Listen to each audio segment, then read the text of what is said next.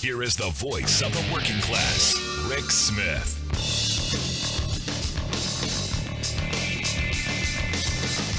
And welcome, brothers, sisters, working class heroes. This is the Rick Smith Show. Thanks so much for being here. Hope you're staying sane.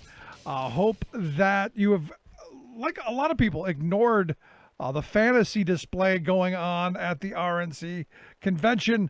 I'm quite amazed by the whole process of rewriting what has happened over the last 3.5 years and taking credit for stuff that he didn't do.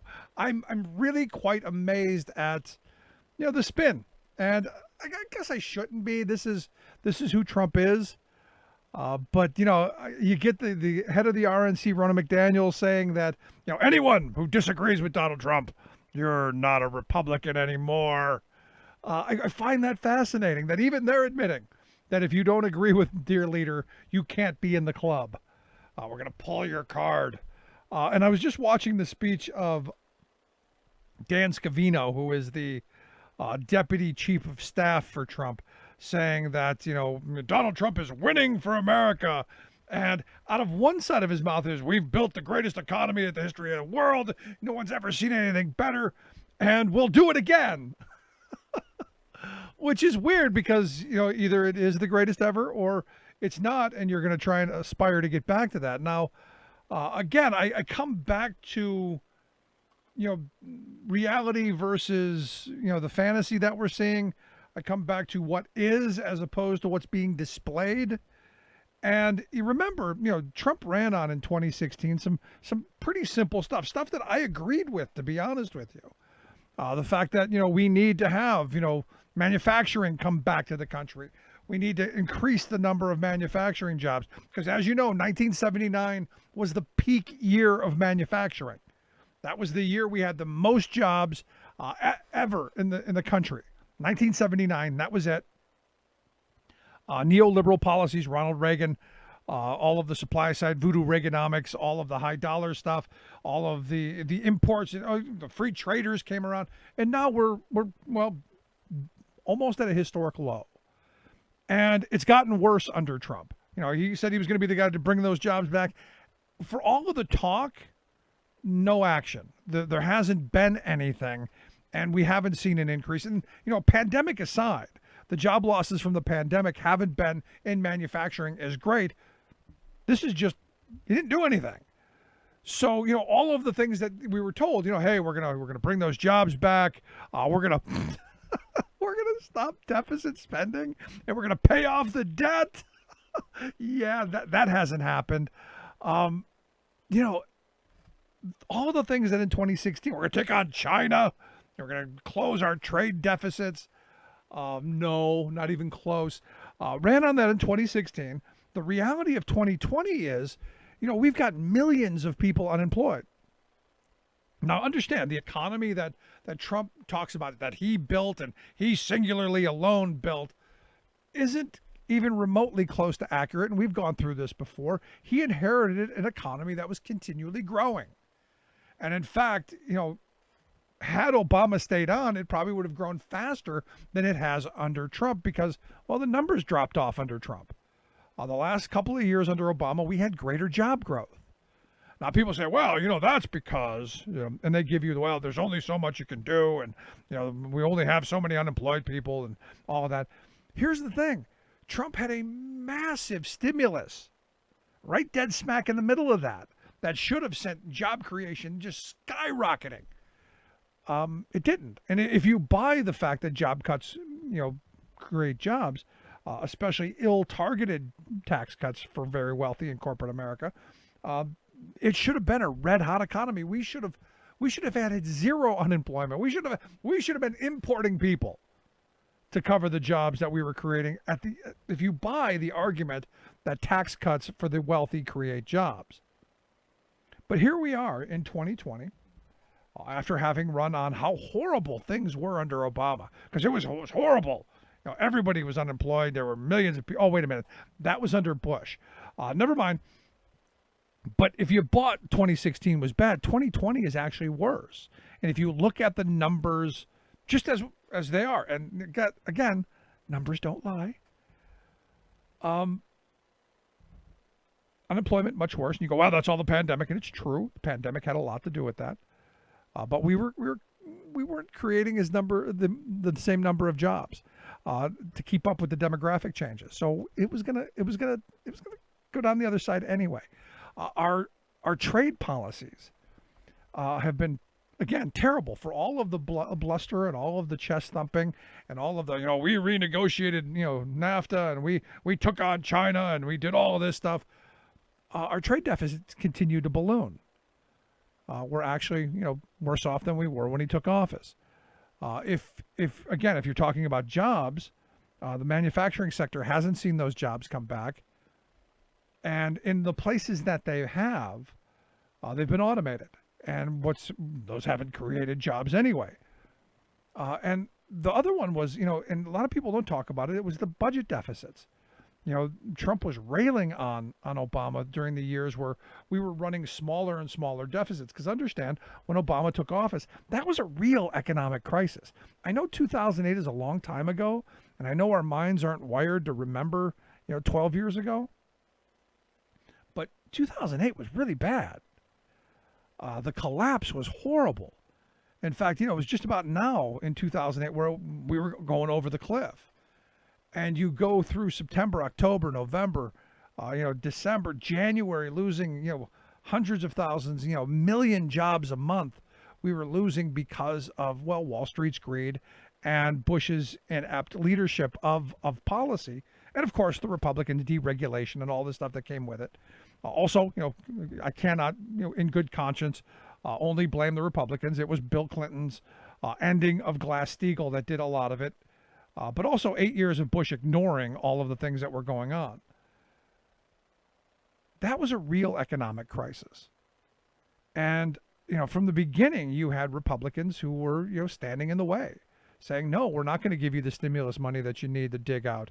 No, we're going to make sure that at every turn you have to fight and scratch and claw to get any of your agenda done. And that's just the nature of politics, and I get that. But you can't now turn around and say, well, we inherited a good economy that was steadily growing and say that, we did it all. We did it all by ourselves. Because I remember the obstruction years. I remember 2010 through 2016. I remember them. I remember all of the hostage to the cliff. We're not going to raise the debt ceiling unless we get our pound of flesh. We want screw Quester. Which, led to a lot of horrible stuff. But here we are now in this moment where this year we will have run the largest budget deficit since World War II. And you go, but, it's a pandemic, Rick. Yeah, it is. And that's a big part of the spending. But we were still going to spend more than $1 trillion than we took in, even without the pandemic. We were heading in the wrong direction long before the pandemic. And this is one of those moments where, Dick Cheney's right. Ronald Reagan taught us that deficits don't matter because politically we just, we want tax cuts for the rich. And that's what we got. But you can't look at this administration and say that they built this economy. You can't look at them and say that they've brought jobs back. You can't look at them and say that things are better than they were 4 years ago. Just not there. Now you go, but hey, my 401k is doing really well. The $10,000 I've got in my 401k, that's doing good. Wall Street, you're right. Never been happier. Wall Street is thrilled. Because they got a guy who's going to slash regulations, who's going to unleash their ability to fleece us at every turn. You're right. Wall Street's happy. What about the rest of us? And that, again, is my problem here. And I haven't even mentioned that 180,000 people are dead because we have dear leader who didn't take this seriously to begin with. Didn't do the things that needed to be done. And, here we are now, months into this. And, now you've got the administration, saying, okay, well, we're going to buy 150 million of these rapid COVID-19 tests. Evidently, Abbott Labs has created this test The FDA has given them an exemption, an emergency use authorization for these tests. The White House, is going to buy 150 million of them. What I find interesting is they haven't said what they're going to do with them. And this is where, this administration, as backward as they have been, as obstructive as they have been, as inept as they've been, what are they going to do with these 150 million tests? They're going to sell them to the states who are already starving. That again, they're deliberately starving so that they can make them desperate. Is this one of these, again, everything? It's always my belief that Donald Trump's in this for the con. It's the sale. It's all about leverage. And look, you could say that's a good thing or a bad thing. It's how politics are played. That's how business is played. And you wouldn't be wrong. But in this moment, you're looking at these $750 million deal for these 150 million tests. What are they going to do with them? No statement as where it was. Now, my mind immediately went to, well, we're going to put them in a warehouse and forget about them because we can't test people because we don't want people to know that things are going on. Understand that having these tests, these rapid tests, within 15 minutes you get results. Having these available is one of the key steps in us not having a massive boomerang of the virus and another 180 or 200,000 people dead. Will he go that direction? The fact that I have to question that, and I hate thinking in these terms, but his past record has shown that it would be negligent of me not to question it. And that's the weird place that we're in. And I hate doing that. I hate being in this place where I'm demonizing the motives of someone. I want to believe that they are going to do the right thing. I want to believe the best. But at every turn we find out there's all an angle. There's always a what's in it for us. You go back to the beginning of this pandemic, had it started in red states, maybe had it been, Florida, been Texas, maybe had it been, Wyoming, maybe they would have reacted completely differently. But the fact that it was New York, California, Washington, Pennsylvania, the fact that it was quote unquote blue states with blue governors, that those Democrats were in charge of those governor mansions, that played into it. And maybe had this been Florida, maybe we would have acted differently. Who knows? But judging on what the governor of Florida has done, I doubt it. So we're in this weird spot where, again, I doubt we're going to hear anything about the virus in today's, with today's convention. I know today's the coronation. Today's the giving away ceremony where the Republicans go, here, Donald, please take everything. Will we hear anything? Anything at all? I doubt it. Because this is their infomercial. And what's interesting is the numbers are down, and it's gotta be frustrating. The viewership down for this, because I think most of us, at least I hope most of us, are saying, if I'm going to watch fantasy, it might as well be something entertaining.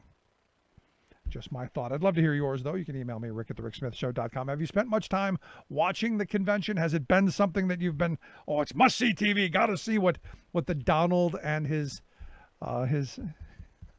somebody told me the other, I think it was yesterday, when half of your keynote speakers share your last name, kind of gives you the sense that, we're really moving towards a tin pot dictatorship. When half of the stage is related to dear leader, it kind of makes you question. Just a thought. Anyway, lots to get to, lots to talk about. Going to take a quick break. When we come back, a little bit about the economy, a little bit about jobs, maybe some more on the convention. When we come back, our good friend Jessica Goodhart's going to be here from Capital in Maine to share some thoughts. Quick break, right back. Stick around and listen to the Rick Smith Show. There's nothing more American than workers standing up, and the union gives a voice to win. On the Rick Smith Show. I'm Rick Smith, and this is Labor History in 2. On this day in labor history, the year was 1978. That was the day President Jimmy Carter declared a federal health emergency at Love Canal in the city of Niagara Falls, New York. Premier spokeswoman, housewife Lois Gibbs, became the poster child for the citizens' environmental justice movement virtually overnight. Niagara Falls Gazette journalists had broken the story 2 years earlier. Residential sump pump testings and health surveys found a number of toxic chemicals and unusually high rates of cancers, birth defects, miscarriages, and other serious health concerns. Initially planned as a canal, the site remained abandoned until the 1940s. That's when Hooker Electrochemical Plant and the city began using the site to dispose of toxic chemicals and municipal waste. More than 20,000 tons of toxic sludge containing more than 21,000 chemicals were buried there. Then, in 1953, the city school board bought the site and built 2 schools on the property. Soon, about 1,000 families settled nearby. By the early 1970s, residents complained of foul odors, health issues, substances filling their basements, and leaky waste disposal drums popping up in their backyards, killing all plant life. Carter's initial declaration provided limited funding, but the disaster led to the passage of the Superfund Act. The neighborhood was demolished and residents were compensated and relocated. The new owner of Hooker Chemical, Occidental Petroleum, settled with the EPA for $129 million. Despite 21 years of remediation and residential redevelopment, new residents complained in 2011 of foul odors and ruptured sewer lines oozing toxic sludge. By 2014, 1,000 new complaints had been filed, contending the area had never been properly remediated. Labor History in 2 brought to you by the Illinois Labor History Society and the Rick Smith Show.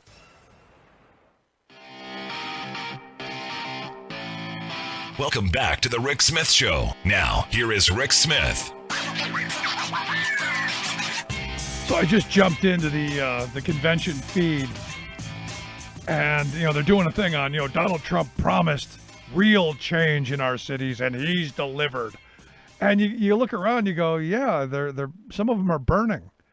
Probably not the kind of change I think most of us wanted. And if you look at what this convention has given us, more divisiveness, more tearing us apart, without actually talking about the pain that we're living through right now. In fact, new job numbers out today from the Department of Labor. I guess just over 1 million more of us filed initial unemployment claims. That's down from 1.1 million last week. So some of the headlines I saw, which again crack me up, of how some of these news organizations write their headlines. Unemployment claims are down. Now, they're not wrong. They are down from 1.1 million to just over 1 million. But it gives you the sense, I guess, a little optimism. And maybe in this moment, maybe it's what we need. Anyway, here to share some thoughts on the state of our economy, and maybe share some thoughts on what's going on with the RNC convention, or the party formerly known as the Republican Party's convention. We've got Jessica Goodhart on the line. She's a senior reporter over at Capital in Maine.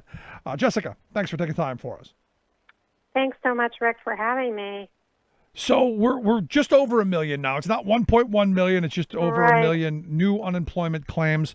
A lot of people were saying that this should be stopping by now. We're, if you watch this convention, we're post the virus. Things should be getting better. Yeah, I do think, thanks for grounding us in some reality. I think before talking about the convention, that's a good place to start. We have more than 50 million people have lost their jobs since March. Tens of thousands of small businesses have decided to close their doors permanently. Not to mention 180,000 people who've died of COVID. And that's a fifth of the deaths worldwide, while we account for, I believe it's 4% of the the world's population. So that's a reality that you wouldn't necessarily take away from the Republican National Convention if you were just sitting down, you just, got off a spaceship and started watching. No, I said that exact thing. If I didn't know any better, watching this display, you would think, boy, this is just the greatest guy in the world. He's freeing inmates. He's leading immigration ceremonies. All of this, great stuff. And you go, but I do remember the last 3.5 years. I sadly have a memory. Right. Yeah, and I think it's kind of caused some interesting, contortions during the RNC. I thought one of the more surreal moments of the past few days was listening to Larry Kudlow, who was Trump's economic advisor, describe the economy and the COVID crisis, and he said it was awful. Right? He said health and economic impacts were tragic. Right? Economic hardship and heartbreak were everywhere, and this was on a day when more than 1,000 people died from COVID. Yeah. Right. But then the president, he stepped in and he rescued the country, fought the COVID, beat back the COVID virus. Right, but there's the economic package that was that did help people, that provided extended unemployment benefits, has expired, right? And yet the virus is still raging. So yeah, it's an odd spectacle. It really is. And, the fact that, yesterday, as I understand it, because I didn't watch every second of it, but I watched as much as I could.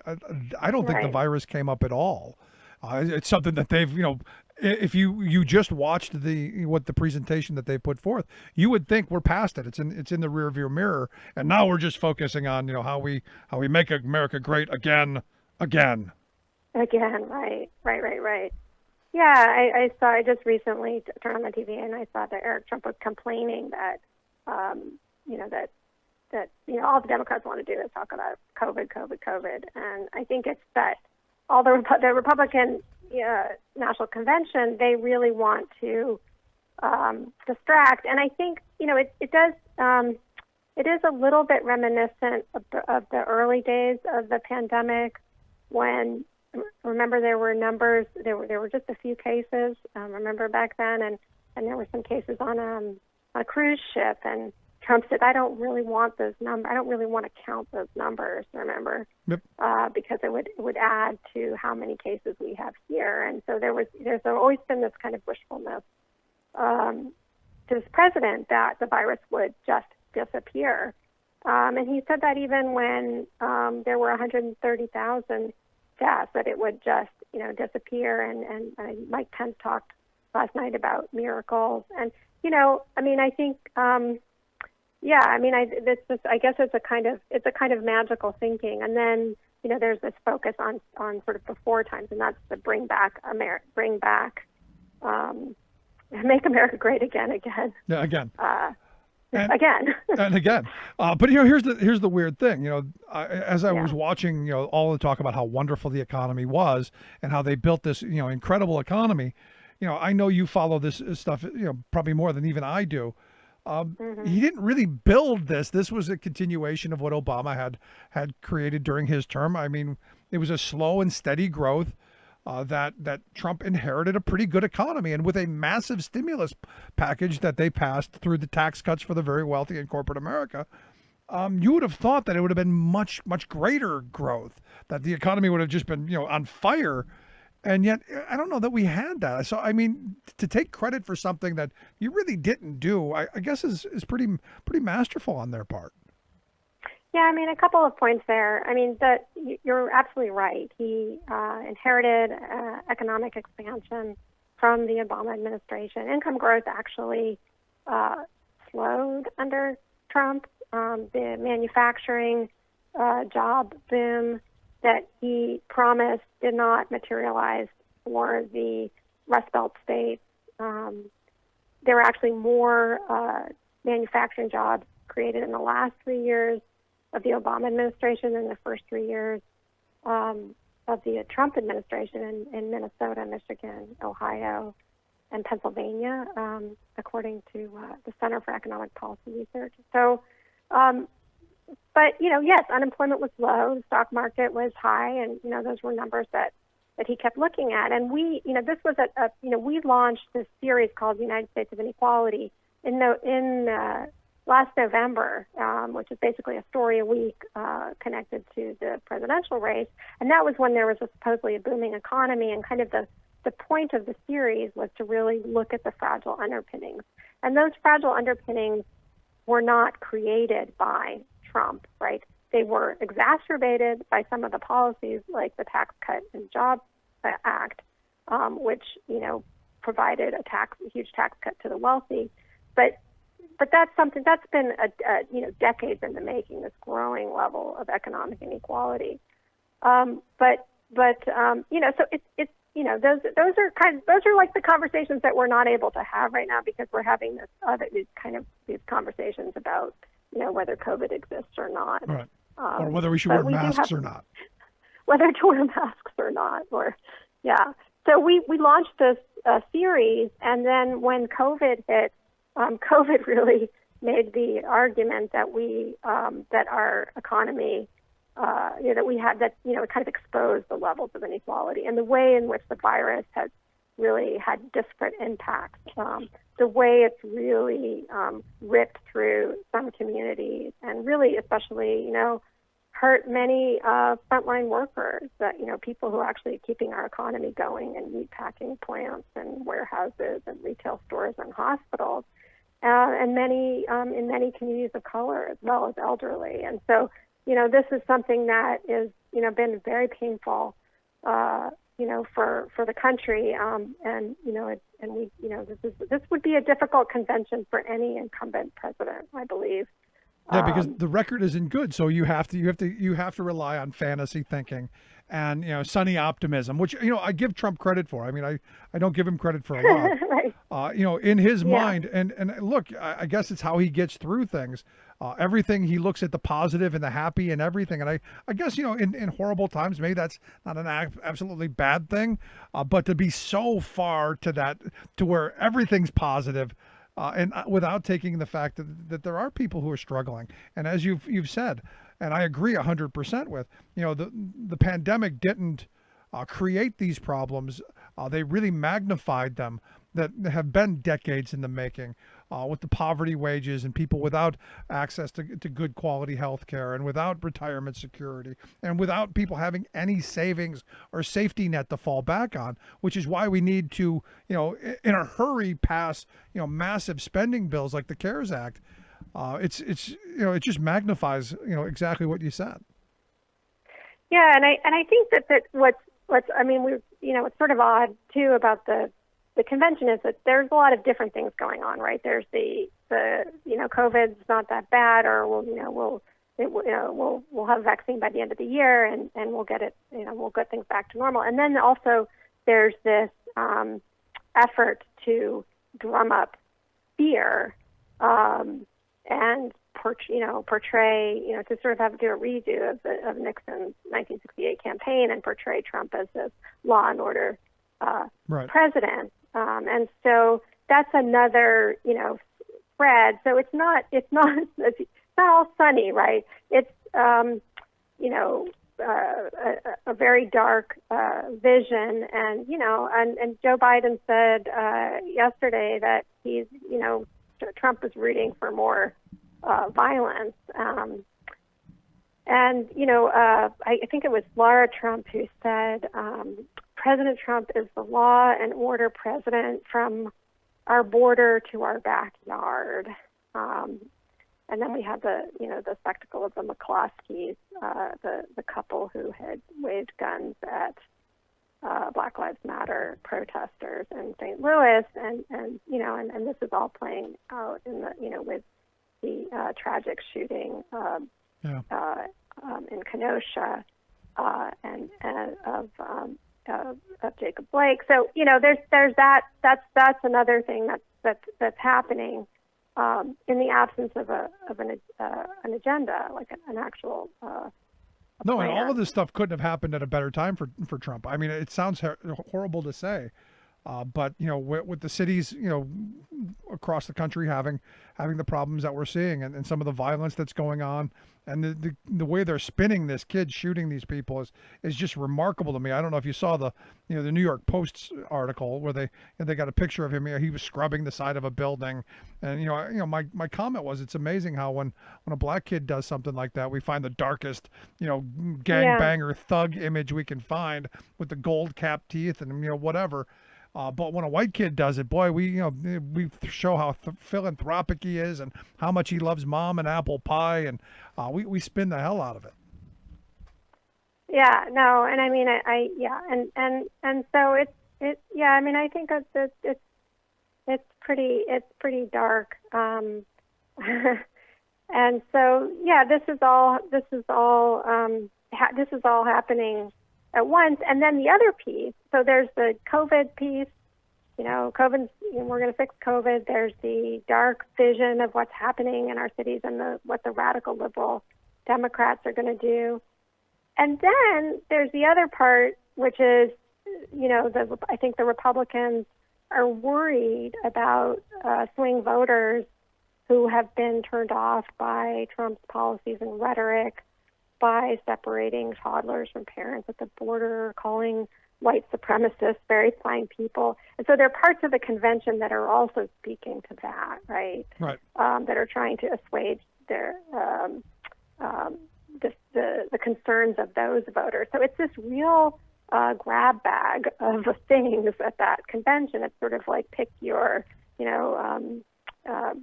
Republican Party that you feel comfortable with, and so they're trying to, which I guess is a sign that they're concerned, or that there's a certain incoherence, I guess I would say, in the day. Well, what it is for me is, we know Trump is, all over the place. We know it's whatever, kind of like a gnat, whatever his attention gets to that moment, that's where the focus is. But the weird thing to me is that the Republican Party has basically, in my view, sold its soul. Because they didn't even bother with attempting at a platform. I mean, normally you go, okay, we're gonna throw down some stuff, because we both know platforms don't mean an awful lot. Right. But you go through it because this is a list of our values and all of that. If you and only people like you or me probably read them. But they didn't even bother. Whatever, we're whatever Donald wants. Yeah. Yeah, no, and they were pretty clear about that. They're postponing that until 2024. Yeah, yeah, it is what it is. It is what it is. So last question I've got for you, because I know you guys have been doing fantastic work on the inequality and on the economy and all that. In fact, it's what drew me to what you guys are doing. Can you share one of the stories that recently has caught your attention? I mean, there's so many to choose from. I'm curious if there's one that caught your attention specifically. Well, I mean, sure, this relates directly to the convention, so I think it might be good to mention they featured a dairy farmer from Wisconsin, and we recently we have reporters we're working with in many of the battleground states, including Wisconsin. So this reporter, Peter Kane, spent time with a dairy farmer, and he was a really interesting guy. He had been, I guess, a Bernie supporter, and then, but he'd run for office. And, the article talks about the challenges for dairy farmers. They're folding at a rate of almost 2 per day, the small dairy farmers. Yep. And if you recall, Trump's agricultural secretary, Sonny Perdue, visited Wisconsin in October, and he told farmers at that time, in America, the big get bigger and the small go out. And so it was just interesting to me that during the convention that Trump was trying to shore that constituency up by featuring a dairy farmer, because I think that, was something that people remember. That was a line that people remember, because there's been huge corporate consolidation. Farmers like like manufacturing workers have also been impacted by trade agreements that predate Trump. But the trade wars, too, have hurt them, and the subsidies that Trump provided them with have mostly gone to the largest farmers. Yeah, to the people who have the lobbyists and the lawyers to be able to wade through all right. of It's a familiar story, but this is a really nice piece that also just gives you kind of a really great sense of place. Yeah, good stuff, and a good catch. I mean, like when I saw the dairy farmer, I was going, I know because I have a friend in Vermont who runs a small dairy farm, and he tells the same story that it's just they're just getting just eviscerated because these big conglomerates come in and buy everything up, and they sell products for less than you can produce it. It is what it is. But Jessica, I appreciate the time. Yeah. Okay. I appreciate the time, and I appreciate the work you guys do over at Capital in Maine. Thanks so much. And likewise, Rick. Thank you. Come back again real soon. Thanks so much. Our good friend Jessica Goodhart, senior reporter there at Capital in Maine. Make sure you check out their work. We'll get links out on how you can do that. Let's take a quick break. Right back. Stick around. You're listening to The Rick Smith Show. Remembering that united we bargain, divided we beg. Rick Smith.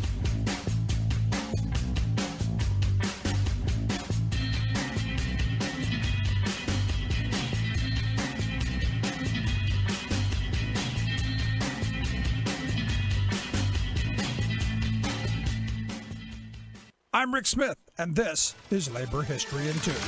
On this day in labor history, the year was 1921.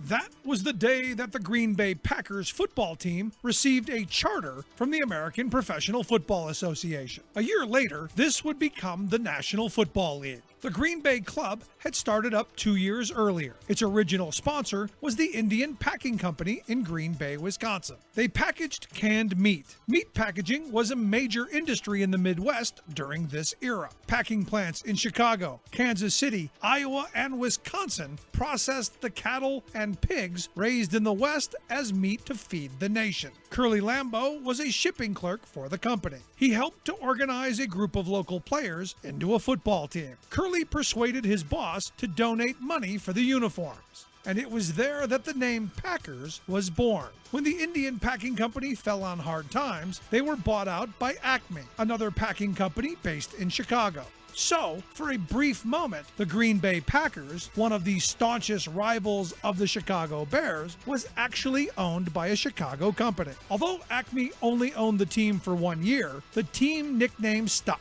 Lambeau was able to buy the team back. He went on to become the Packers coach, leading them to 6 championships. The Green Bay Packers are not the only American sports franchise that's name harkens back to a particular kind of labor. Another Wisconsin team, the Milwaukee Brewers baseball team, is a reference to that city's proud beer brewing tradition. In Big Ten sports, the Purdue Boilermakers and Nebraska Cornhuskers take to the gridiron each week with names that reflect the working traditions of the cities where the teams play ball.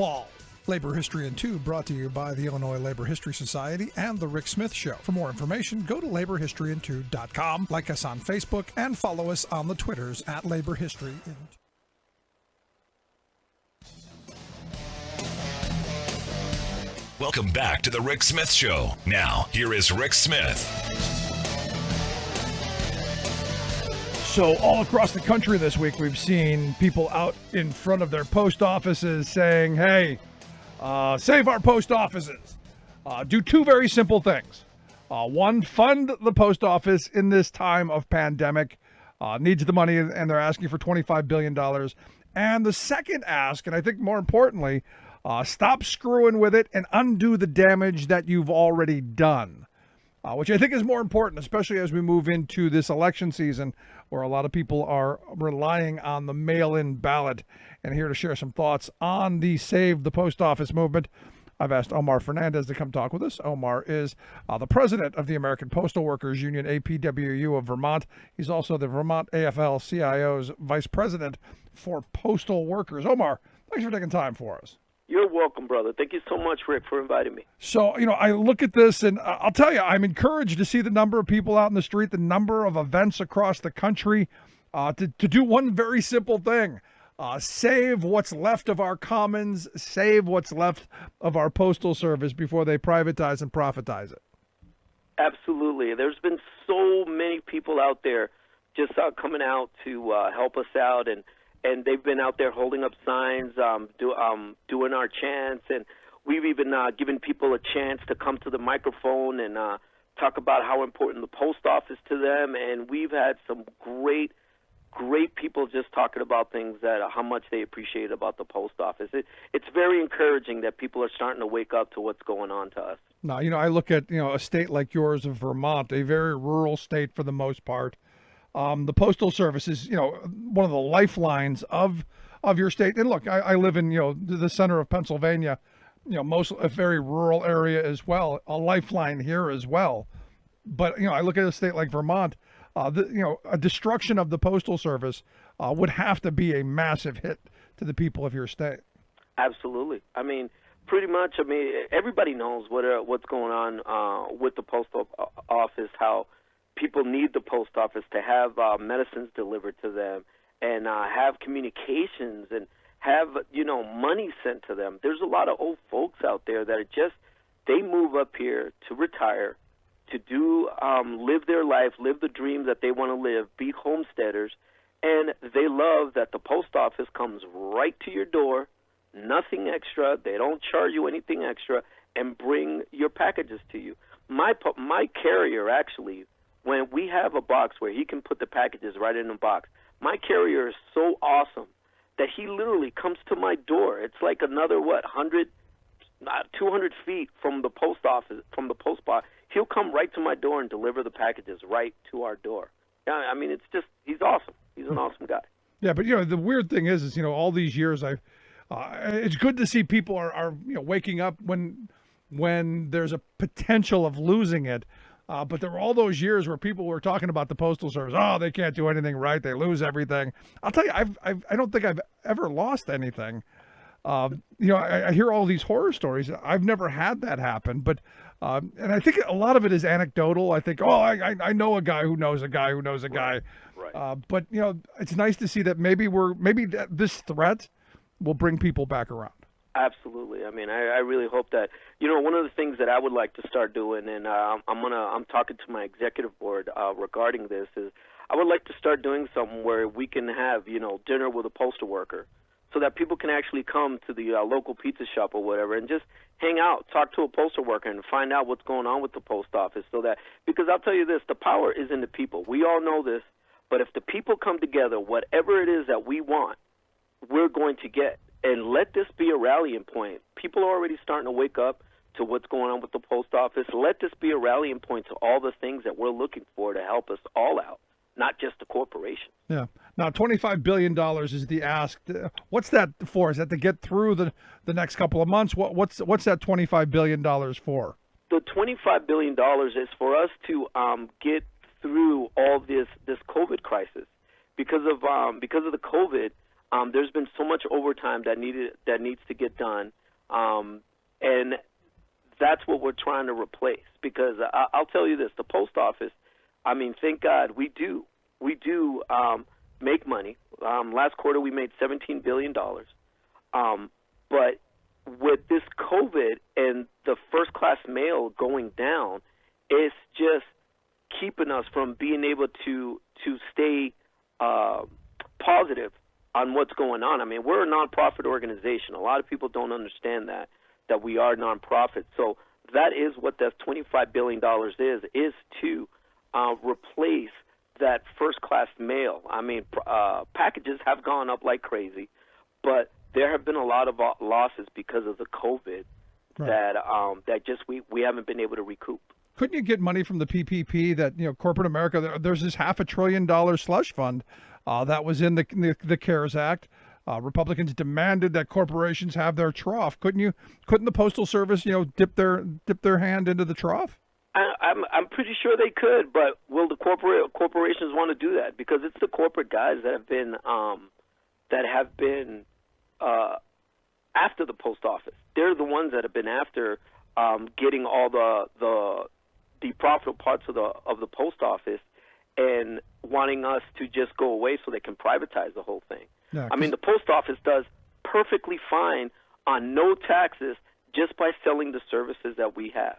Yeah, the That's limited services that you're allowed to sell, because I mean, there's a lot of other things that I think the Postal Service should be doing, but that's another conversation for another day. But it's Absolutely. my understanding though that you guys were precluded from getting any money from that the Payroll Protection Act under the CARES Act. You know, the $500 billion slush fund that they were handing out, which is why you're in the trouble you're in. There's really no lifeline.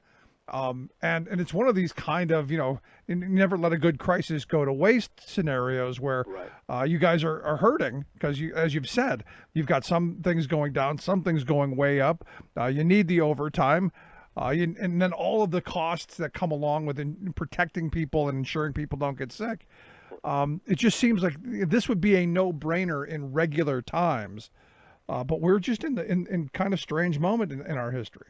I mean, absolutely. I mean, and it's not even only that. I mean, back in 2006, maybe 2005, they did a scenario. They did an investigation on a post office because all you kept hearing was that the post office was losing money. Come to find out that the post office was doing perfectly fine. They just overpaid $75 billion. Some people say $100 billion in their retirement. And instead of them saying, oh, okay, you can just go ahead and put it on there and you guys are still fine, that's when they came out with that 2006 PAEA and made us go ahead and start saving up for 75 years of retirement in 10 years.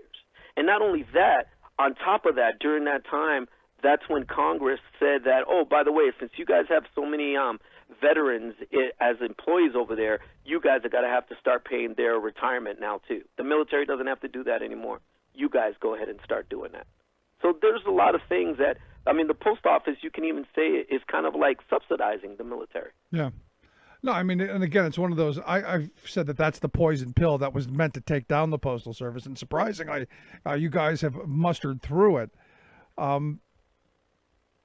As I'm looking at this, again, this is another one of those moments where I've said in the past that, you know, privatizing our Postal Service would be like, you know, the biggest land grab in the history of the country since we took the land from the Indians.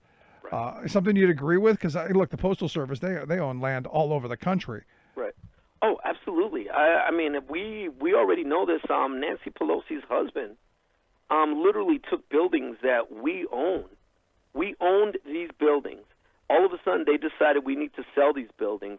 Her husband is a real estate mogul, whatever, so on and so forth. He was the agent that ended up selling out all this stuff. And then, on top of him selling these post offices, old, beautiful buildings that we own, now we go back in there and rent these buildings from the people that bought the building. Yeah.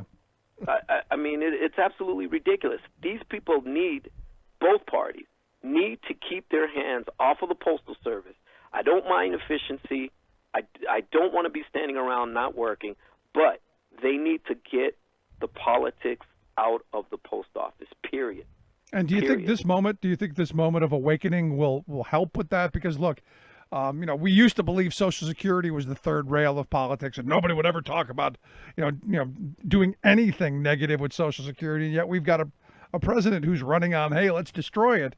You know, does the post office become maybe that kind of third rail where we wake up and realize, hey, you know, we could lose this, the ability to send a letter across this big country for just 55 cents, and it could be, you know, down the road $3-4. Do we at some point wake up to that? I'm hoping we are. I mean, there's a lot of people. I mean, literally, there was a rally that we did on August 22nd where I didn't even know it was going on. It was literally put on by the people, and they asked me to come and help them set it up. So the people are waking up. I've always said that 2020 is the year where people are going to wake up and see what's going on, and they're going to see the power that they have. I mean, it's like a union. A lot of people want to think that the presidents, that the executive board, and all this stuff are the leaders. No, it's not true. It's the people that are the leaders. Yep. They're the ones that put on the demands, and we got to go ahead and follow through on those demands. So as long as the people want it, we absolutely can do it. And this is, you know, a good segue into the next thing I wanted to talk to you about, because this weekend there's going to be a a virtual convention of the movement for a people's party. Yes, sir. Because we hear about this every election time. We want politicians who are going to do what the people want. And yet, time and time again, we don't get what a large percentage of the population wants. Do you see a way forward in the creation of a third party as this movement for a people's party seems to be moving towards? Absolutely, I do. Because there's more people that don't vote than do vote. There are more people out there that are so disenchanted with our politics than do love the politics. There's only like maybe 12% hardcore Democrats or Republicans. Everybody else is either independent or wants nothing to do with politics. And it's exactly what's going on, or what went on during the abolition movement, when most of the country wanted to get rid of slavery, but the Whig Party and the Democratic Party of that time wanted nothing to do with it. So then what happened? Here comes this little party and said, hey, guys, you know what? You guys vote us in. We will take care of this. We will get rid of slavery for you. And guess what that party was? It was the Republican Party. Got absolutely, totally decimated. The Whig Party, totally gone. The Republican Party was created. They got rid of slavery, and then were in power for another 70 years after that. So absolutely, we are in the same situation where people are sick and tired of being sick and tired. People want Medicare for all. Oh, you know what? And actually, I don't even want to call it that, because people have defined these words to mean different things. Let's just put it exactly what's going on. People want to not go bankrupt when they get sick. People want to be able to be healthy. People want to have a job where they can take care of their family. People want to be able to live the American dream. And that's how we need to stick to it. We need to stop saying, Medicare for all or socialism or all that, because people get angry, or the other side defines it in a different way. We need to stick to the issues, because when we stick to the issues, that's when most people are going to come together and stick together to make the country good for all, not just for the few. Now, I frame it in the light of security. We all should have employment security, health security, retirement security. The idea that when you get sick, you don't have to speed dial looking for who's taking a coupon this week. Exactly. We hear a lot about we need transparency in pricing. No, what we need is quality access. Absolutely. And it's like, I have a great job. I love my job. I have great benefits. But I'll tell you this, whenever I'm looking for a doctor, I'm the one that's got to do all the research. I'm the one that's got to say, okay, is this covered by my insurance company? Is this hospital covered by my insurance? Because it's the trick that they do. Okay, the doctor is covered, but the building the doctor isn't. So then maybe some of that you're going to go ahead and have to come out of pocket with. And it's just ridiculous. I just want to be able to go to the doctors and be able to be taken care of, and that's it. And I think that's what everybody wants. I know no one who wants to be shopping for services. No. Maybe there's someone out there. Maybe there's someone who, the coupon clipping crowd, if they're still around. Right. Maybe they're going to look, for the best deal on heart attacks this week. I don't know. Maybe. But I'll tell you, if I'm laying on the ground, I want to get to the nearest facility. I want it to be the best quality, and I want to make sure that when I get better, I don't have another heart attack when the bill shows up. Absolutely. Totally agree with you. And the other thing, too, just the food that we put into our body, too. All this stuff is all connected, all these corporations with the things that they do.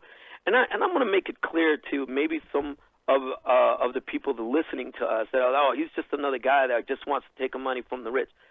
You know what? I don't care. You want to make $1 trillion a second? That's awesome. That's the American dream. Go for it. But if you're working 40 hours a week, you should be able to take care of your family. One person shouldn't be the entire family working to make the bills go.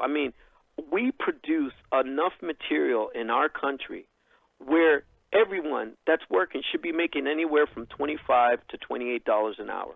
But because they decimated the unions and got rid of a lot of unions, a lot of those things are happening. The unions are so powerful that when Social Security even came out back during the 1929, during the Great Depression, the unions were so powerful that they forced the government to take care of the people. And it was the rich that had to go ahead and pay more taxes. I think it's ridiculous that these humongous $1 trillion companies already starting to get to. Don't pay taxes. That's ridiculous. It is ridiculous. And look, we've got a tax code that benefits the very wealthy. And Yep. and look, the only real accomplishment the Trump administration came up with legislatively over the last 3.5 years is, socialist corporate welfare and Yep. and handouts and welfare for the very wealthy. Right. And again, you go, this is their accomplishment. This is what they should be running on. But if you've been following this convention the last couple of days, wow, Yeah. they've got some really great fantasy writers over there. Yeah, absolutely. I mean, these guys are living in their world. They're not living in our world. But here's the thing. The sleeping giant of the people needs to wake up. Folks, we really got to come together on things we can agree upon, and let's fix this country for all of us, and then move on with the tricky issues, with the issues that we don't agree upon. But that's the issue. I mean, these guys are living their dreams. I mean, they're on both sides. These guys would not have been able to pass those trillions of dollars for the corporations if not for both parties. I mean, so now the corporations have their two parties. Why can't the people have at least one? At least one. Interesting point. To wrap this up, what's the action now? Obviously, we've had this couple of days of action. You've got the website, usmailnotforsale.org. We'll get links out on how people can take a look at that. But what do you want folks to do? What's the marching order? What I would love people to do is to call their senators every single stinking day and tell them to pass that $25 billion. There is actually a phone number that they can call. And, of course, let me see. And I would also argue they should sit down, write a letter with the old-fashioned way, with a pen and a piece of paper, and put it in an envelope, put a stamp on it, and mail it to their senator as well. Absolutely, that would be great. That would be great if they can do that. And you know what, brother? Unfortunately, I put away all of my. That's all right. We'll get links out on how folks can reach out to their senators, and I hope that they already have them on speed dial. I do. It's right there. I just bang to me, bang Casey. It's right there on my phone. I think every American, that should be, when you get the phone, those should be before you put mom and dad in, or maybe right after mom and dad. That's where you should go. Absolutely. And it's working. I mean, there's a lot of senators already. I mean, that's the reason that Joy has stopped doing what he's doing until after the elections end. That's the reason he stopped. The only thing is that now we got to make sure that it keeps going on forever. It doesn't stop at the election, and then that's it. You got to keep hammering away. You've got to keep participating. Omar, I appreciate the time and the thoughts. Great stuff. Thanks so much. You're welcome, Rick. Thank you so much. I appreciate your time. All right, our good friend Omar Fernandez, president of the American Postal Workers Union, APWU, of the state of Vermont. He's also the Vermont AFL-CIO vice president for postal workers. Like I said, check out the website, usmailnotforsale.org. We'll get links out on how you can check that out. Quick break, right back. Stick around. You're listening to The Rick Smith Show. We're working people. Come to talk.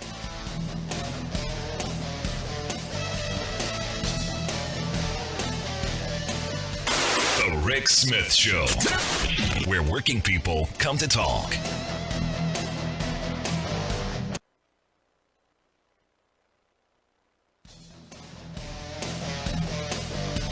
Welcome back to The Rick Smith Show. Now, here is Rick Smith. So all across the country,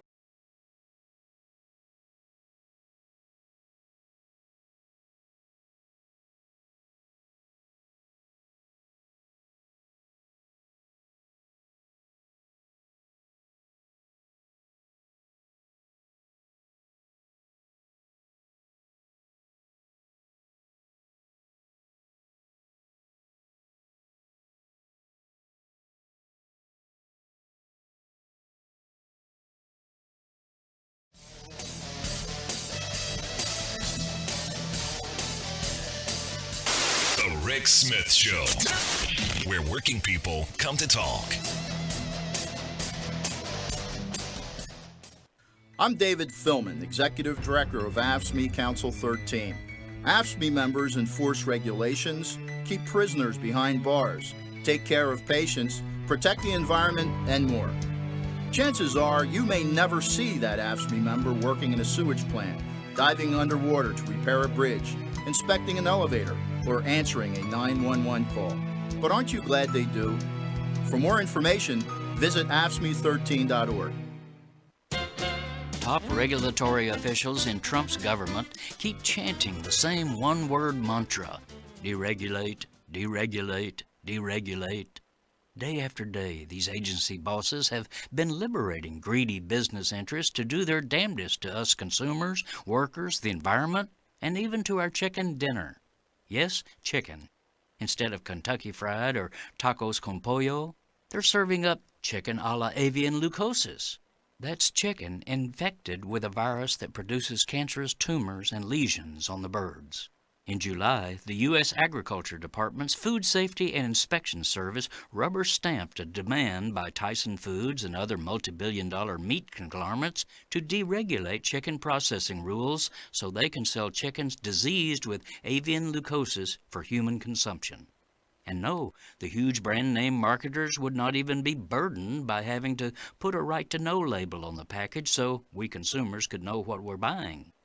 As always, the industry line is, "It's perfectly safe. Trust us." No.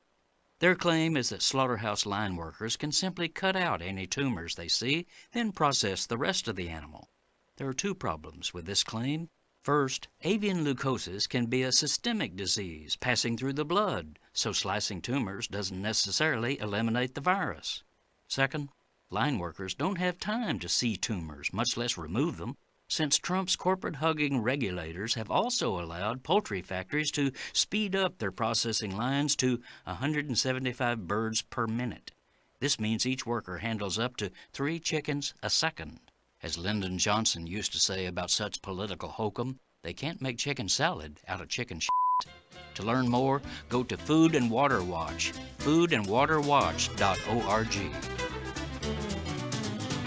Hightower's commentaries are brought to you by the Hightower Lowdown, the monthly newsletter with Hightower's take on what Wall Street and Washington are up to.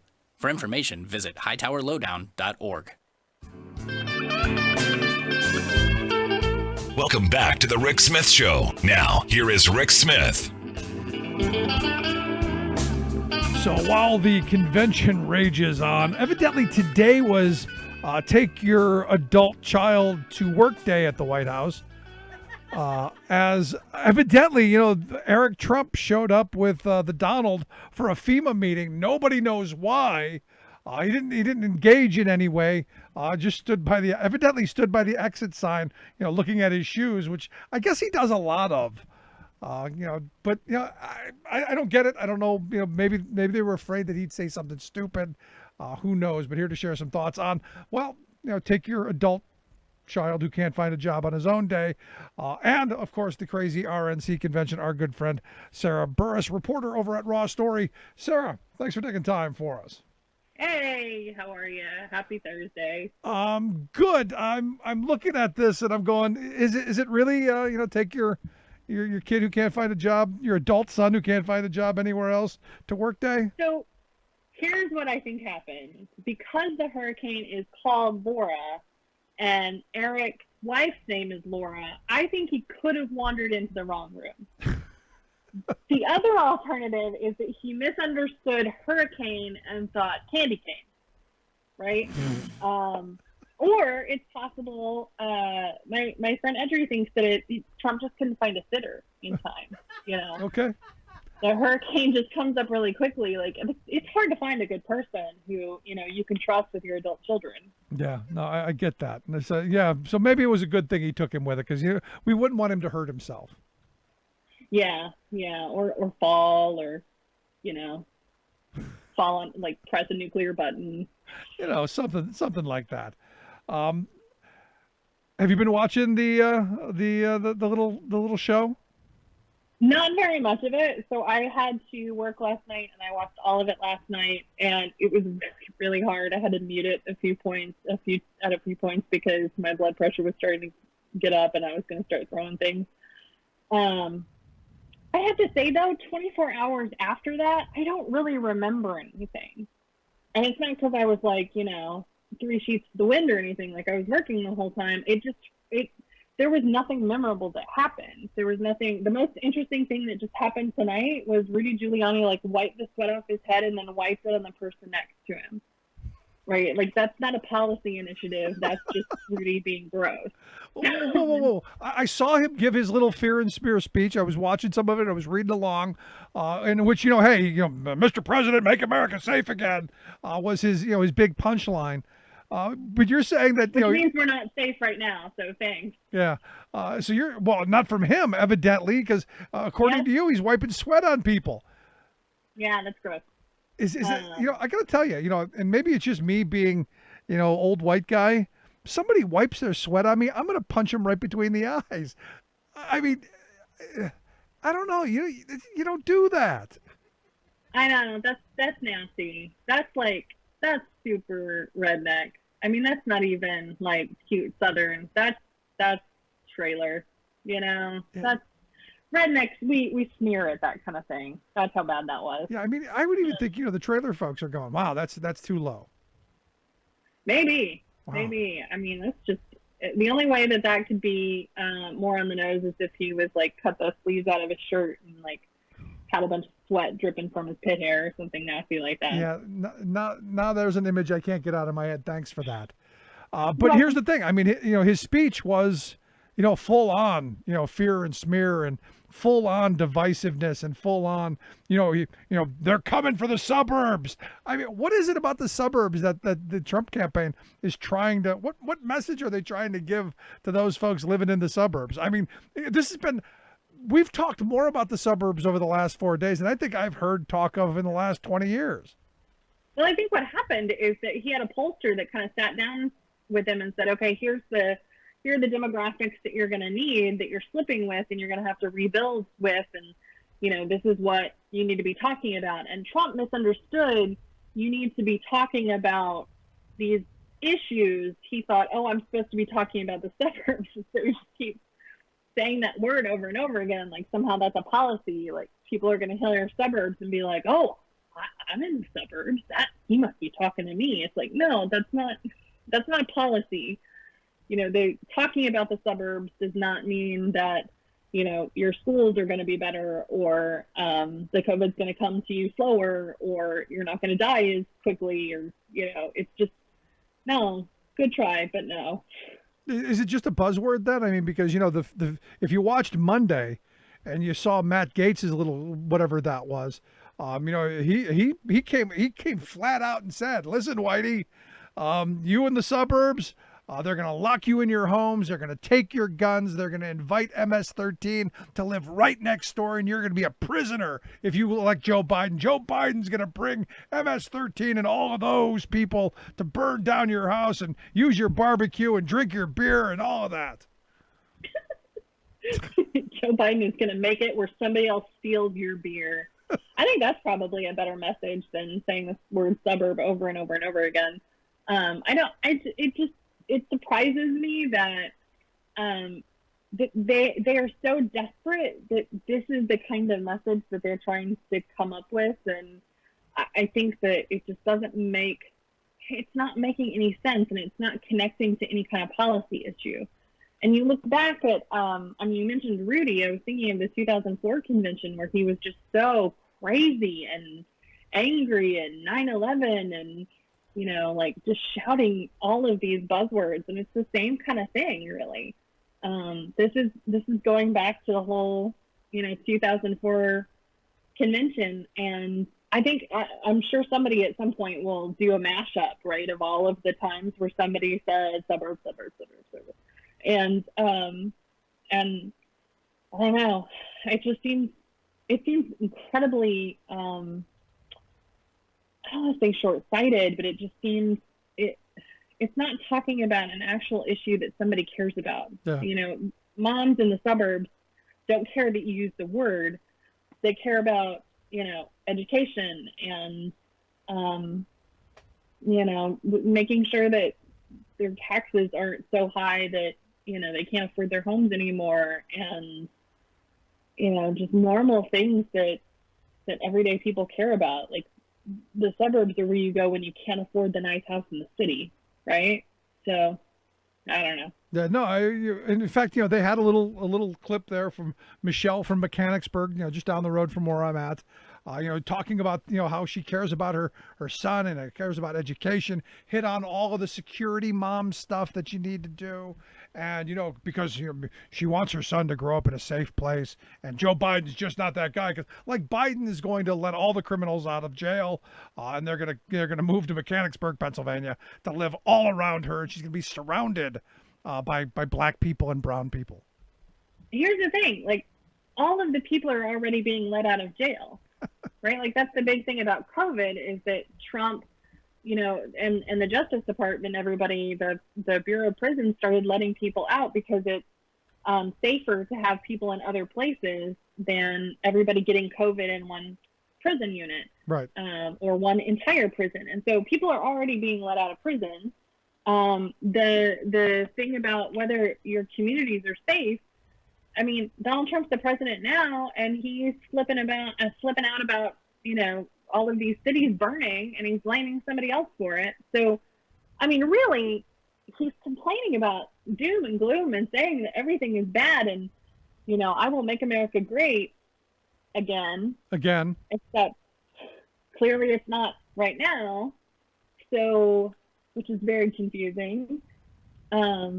But clearly things aren't going well for him right now. So I don't understand why he thinks, somehow it's going to be even worse under Biden. It kind of makes me want to go back to that message that Trump used in 2016. What do you have to lose at this point? Exactly. I mean, that's been kind of the schizophrenic messaging that you've been getting. He did it once, he can do it again, but he boogered it up. Yeah. It's that same kind of thing where he keeps attacking Biden as being, acting like he's too senile and mentally ill or something, but then he's got this big nefarious plot at the same time, and so you're just like, wait, which one is it? Make up your mind, because these don't seem to work together. Well, so, according to Donald, he wants to have Biden drug tested before the debates, and I'll tell you, I'm not actually opposed to the idea of drug testing politicians. I think we should drug test all of them. I think we should have a random setup. We when they say something stupid, here's a cup. Yeah, I think so too. I think the big thing with the drug testing deal is that it needs to be a third party that does it, and it needs to be done at the convention site. And I want to hear all of the drugs that they're on. Yeah. I don't want to just hear about no, Trump is not snorting cocaine, but oh my gosh, we found a whole bunch of phentermine in his system. He's on all kinds of different, crazy stuff. Maybe we find out what that thing on his head is. Maybe, we could find out that he's part ape. Well, maybe. But the thing is, did you see Kamala Harris's speech today, where she basically said what I said? This convention really is about his vanity. It's about him. It's his coronation. This is the kind of stuff that you see, with tin pot dictators. I mean, when half of your keynote speakers share your last name, there's kind of a problem there, don't you think? It's so sad. It's just sad and pathetic. Half the speakers have Trump as a last name, and the other half work at the White House. So they couldn't get everybody else to come in. And I loved Kamala Harris's speech. It was brilliant. It was perfect. I wish they had been doing that sooner. I wish there were a lot more of those. I really would like to see them go to Wisconsin, because I think that they should talk to the protesters. I agree. And I think they should visit the family. I think that they need to see Jacob Blake's family and him in the hospital. I get why he doesn't want to do it. He's really trying to follow all of the CDC guidelines, but hey, those just changed now anyway, because they decided that while Fauci was under anesthesia, they were going to change all the stuff about the CDC guidelines for COVID. So yeah, quick, he's under. Let's change everything to basically kowtow to what Trump wants is fewer testing. But as I said at the beginning, evidently Abbott Labs have come up with this new testing. We're going to buy 150 million of them. Is it wrong for me to think that maybe they sit in a warehouse somewhere where we're going to buy them and just not use them? I would not be surprised if that happens. I would also remind you that there are 333 million Americans in the country, so 150 million is not even half of the country. I like the idea that we're testing people. That's cool. Rock on. But are we really going to test people? Is this something that we're actually going to use on kids before they go into school? Is that what this is about? No. Where you test an entire state of school children, and if they don't have COVID, they can come to school. If they do, they have to go home. And make sure they infect Granny and the parents.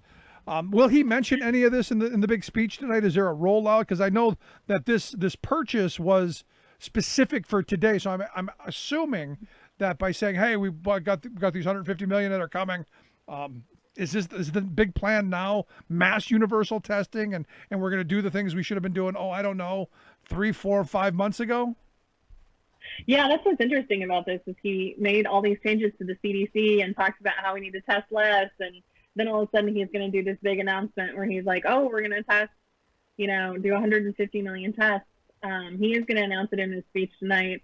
What else is he going to talk about? There are a couple of things that have been leaked.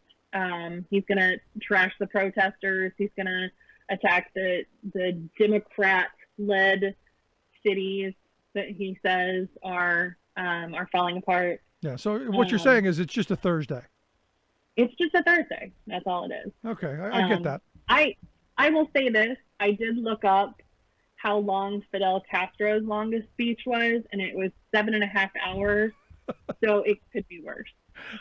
You are absolutely correct. It could be worse. Now, I understand there are mass protests going on outside the White House because Trump is using the White House, which I guess I don't think any other president has done, at least not in my lifetime. Thoughts? Are we expecting ruckus? Are we expecting maybe the speech to be drowned out? What are we expecting? So there are already 1,000 people downtown, according to at least one reporter that's down there that's covering it. I was going to try and go down there tonight and try and talk to you from down there, but one of the things that the police have been doing is that they'll cut out the cell phone service for the area. They'll do whatever the little signal clogger thing. Plus the whole, if everybody's trying to upload to Twitter at once, then it slows down. One of the best pictures, the ones that I loved, is like 4 or 5 Trump supporters standing on the south side of the fence, looking at Trump from far away, and then you've got 1,000 people, stretching up 16th Street. So those folks are trying to make noise and do stuff. The other part of it is that we heard that there are people that are driving around. So you do 16th Street, you can do down to 8th Street, circle back on 18th and Constitution, and people are just making a loop, and they're just laying on their horns. They got pots and pans, they got air horns, like everybody's trying to make as much noise as they can. And at that point, you're just like, well done, good, respect. Yeah, That was clever. Give you something to do on a Thursday. Maybe we should try and organize this for a daily event. Maybe something around Twitter. Or something like at 3 o'clock in the morning, so we can't sleep. We just start making a whole bunch of noise really late at night. You better be careful. They're going to send out the National Guard. I know. And probably they're going to have the Secret Service show up to my house and be like, "We heard that you want to keep him awake." Oh, boy, it's crazy. And I also understand that we're speaking of federal troops. I guess, Trump got his wish. The governor of Wisconsin has accepted federal aid. They're going to be sending in some National Guard folks. They're going to be sending in some things to put down the protest there in Kenosha. Thoughts? So the police chief actually said that they had National Guard troops on the street last night. And I don't think it was the night before. It was they had them the night that the shooting happened, and then they had them the night after. And so they've actually already had people on the ground. I'm not sure exactly what he thinks that he's doing by sending additional people. Last night, things were really chill. The protesters reached curfew, and instead of the police going after them and attacking them, they kind of hung back for a little bit. They didn't do anything, and everything remained completely peaceful and fine, and people just marched, and it was quiet, and there was no violence. There was nobody died. So I think this is one of those things where, again, just keep keep the police from killing anybody, and things usually end up okay. Yeah, if we could just figure out how to get them to stop shooting people in the back 7 times.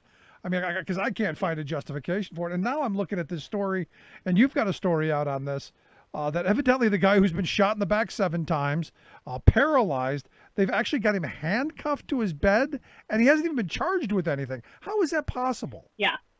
His dad reported that today, that his that Jacob is handcuffed to his bed. He can't go anywhere. He's paralyzed. They don't know. Like, even if he wasn't paralyzed, he still couldn't go anywhere. He's got some more surgeries that he needs to have done. And obviously still on all kinds of pain medication, because I assume he's in a lot of pain. Yeah, you just don't get up and walk away with 7 bullet holes in you. I mean, who was the guy? And this is where, again, you come back to this culture. Who's the guy who goes, sorry, we're going to have to, I got to handcuff you, man. Who's the guy who puts the handcuffs on? And his dad is called the mayor, I think even a member of Congress, the DA. He actually did speak to the governor at one point. There are no charges. He spoke to the deputy at the police station. There are no charges against him, or if there are, they haven't told him what they are yet. So I think once you handcuff somebody, that should be considered an arrest. And at the point at which you are, yeah, at the point at which you're in the thing. I mean, it's incredible to me. I mean, if it's me, Sarah, and it's my kid. I'm walking in there with a set of bolt cutters, and I'm cutting through those damn things. Yeah, I totally agree. That's just complete crap. Yeah. Plus, it's just really bad humanity, right? Really? It's just bad to do to a fellow human being. He's in the hospital. But I guess the other side of this is, we do this to pregnant women who are in prison too. I guess we still do it. I know they used to do it all the time. I guess we still do. You're having a baby. Well, we're gonna chain you down. Yeah. Yep. They still do it. But we're the beacon, the shining city on the hill. Look at us. Follow us. And for all those people going, oh, you're talking bad about America. You hate America. No, I love my country. I'm as patriotic as anyone. There are just some things that are wrong. And if by saying that they're wrong makes me unpatriotic, there's something wrong with you. And one of the things that was really frustrating this week during the convention is seeing people act like insulting Trump was insulting America. This idea that Trump is America. And that just makes me crazy. That's unacceptable. That's not what this country is, and that is so smarmy and gross. That is the un-American part of all of this. Yeah. So last question I've got for you. In looking at this whole thing, I like what you said before. You didn't remember much. Is this going to give him a bump? I mean, is this going to help? Does this make the soccer mom go, oh, I got to vote for Donald Trump now? I don't think so. I really don't. The thing that's been so interesting is the ratings for this have been so low. It's, a lot of people have been talking about, the people watching it, and will that help give him a bump? I'm more concerned about the people who are not watching it. People like my mom, who's a Republican, who doesn't care, who tuned in for like 5 minutes and was like, this is boring, and changed it. There are probably a whole lot of people out there, and I'm going to guess a majority of independents, people who, Trump needs to get votes from. They're just not, this isn't interesting. It's not captivating. The speeches are dull, and nobody wants to watch it. Yeah, I'm right there with you. As always, Sarah, I appreciate the time. Great stuff. Thanks so much. Hope people will check out the great work you do over at Raw Story. Love it. Thanks so much. Thank you. Be safe. Be well. You as well. Our good friend, Sarah Burris, reporter over at Raw Story. Again, make sure you check out her work. Quick break. Right back. Stick around.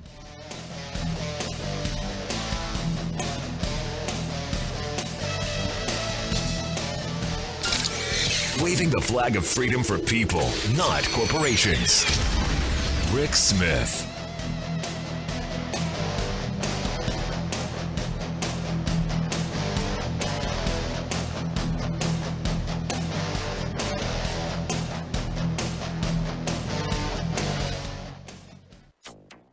Laura is forecast to strengthen, possibly into a major hurricane, before making landfall along the Texas or Louisiana coast. Twin storms pummel the Gulf Coast.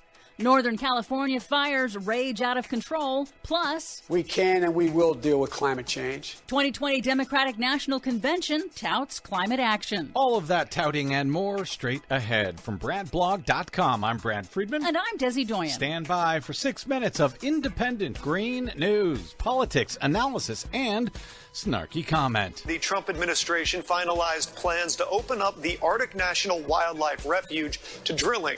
It marks a major step towards reviving fossil fuel development in an area that has been untouched for 3 decades. Untouched for 3 decades. For a second, I thought they were talking about Mike Pence. Oh, snap. Bing, bing, bing, bing. This is your Green News Report. Okay, Desi Doyen, you have long warned about multiple disasters happening all at once, and that doesn't even include the Republican National Convention.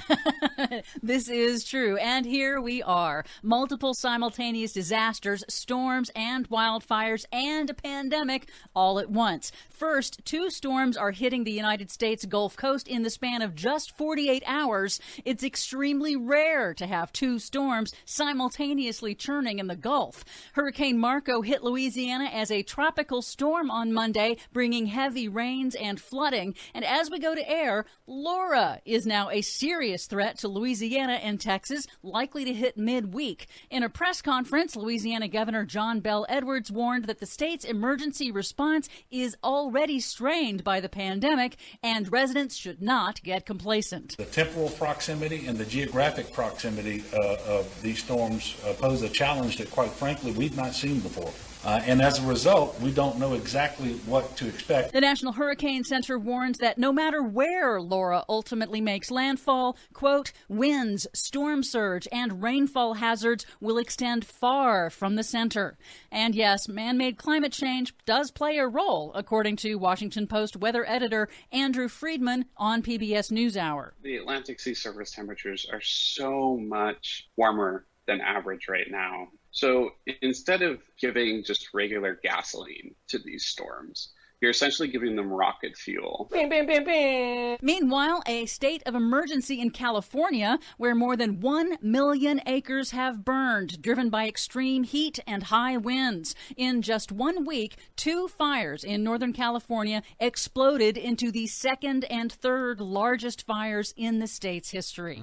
State officials say they are struggling to combat the unprecedented number of fires across the state. There's not enough equipment or personnel to fight them. Plus, the coronavirus pandemic has curtailed the number of state prisoners that are available to man fire crews. And I suspect the coronavirus pandemic has also limited the number of shelters, whether it's the fires in California or the storms down in the Gulf Coast, shelters that people can safely go to and social distance within. And yes, the storms that exploded over the past few days in California and Colorado show clear influences of man-made global warming. Multiple lines of evidence show how a warming and drying climate is increasing the size and severity of fires throughout the United States West. Yeah, but Donald Trump said it was because we didn't rake the leaves in our forest floors here in California. Yeah, he keeps saying that. I think he needs to come up with some new insane material. Oh, that's not insane enough?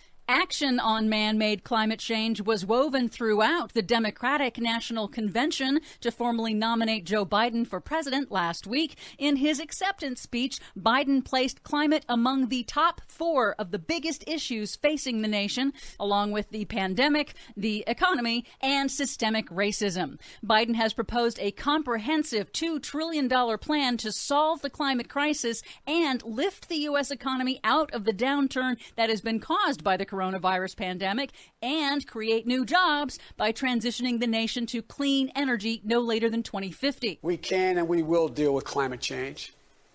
It's not only a crisis, it's an enormous opportunity, an opportunity for America to lead the world in clean energy and create millions of new, good-paying jobs in the process. Finally, some strange but good news in Alaska. Just weeks after releasing an environmental report minimizing the impact of the controversial proposed Pebble mine, the Trump administration on Monday suddenly paused the permitting process, giving the mine's developers 90 days to explain how they would offset damage to the world's most prolific salmon fishery.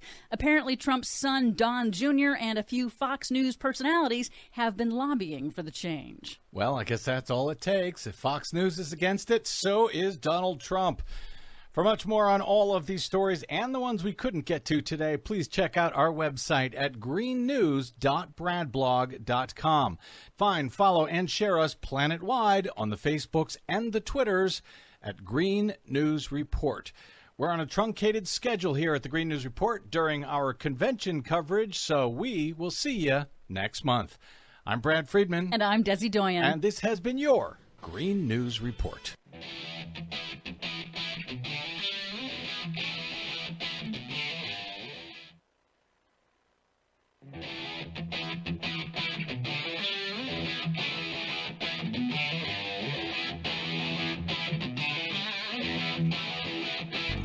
Welcome back to the Rick Smith Show. Now, here is Rick Smith. So as I said at the beginning, I agree with Joe Biden. I think all of the move towards dividing us and continuing to scare the suburbs, because they're going to, Joe Biden, if he's elected, going to crush the suburbs. They're going to have MS-13 invited to live right next door to you. Going to keep you in your homes and steal your guns and make you listen to rap music all the time.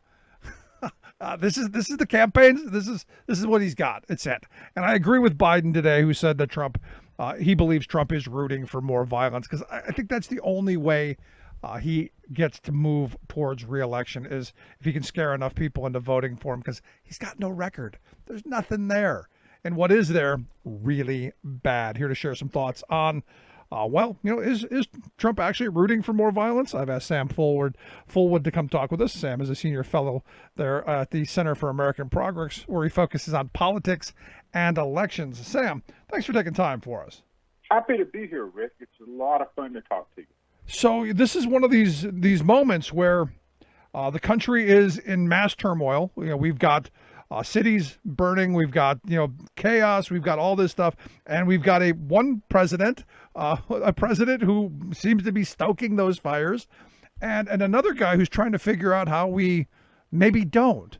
I think that the choice should be pretty simple, in my view.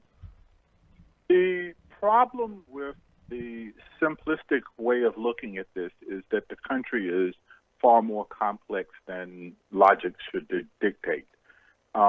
The fact that roughly 30% of the electorate may respond to race-baiting, fear-mongering tactics.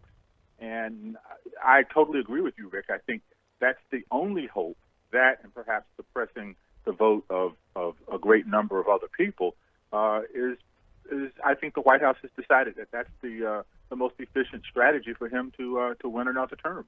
Yeah, I mean, I look at this and on Monday night, and no one likes being right, but especially in this kind of scenario, on Monday night we saw all of the insanity coming out of the RNC. You had Matt Gaetz's speech, which was just full on blown crazy. That Joe Biden wants MS-13 to live next door to you.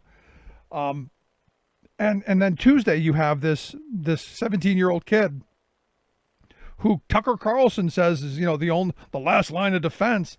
Who felt that he was the only one who could keep us safe, who thought in his mind that it was a good idea to take a gun to another state and end up putting himself in the middle of that situation. This is worse than the kid thinking that it was a good idea. Far worse, or even worse than Tucker Carlson cheering this on, is the fact that the police in that town apparently did not see any alarm with a kid walking down the middle of the street with a long gun. That is the disturbing thing. When, just days earlier, the police had shot somebody 7 times in the back.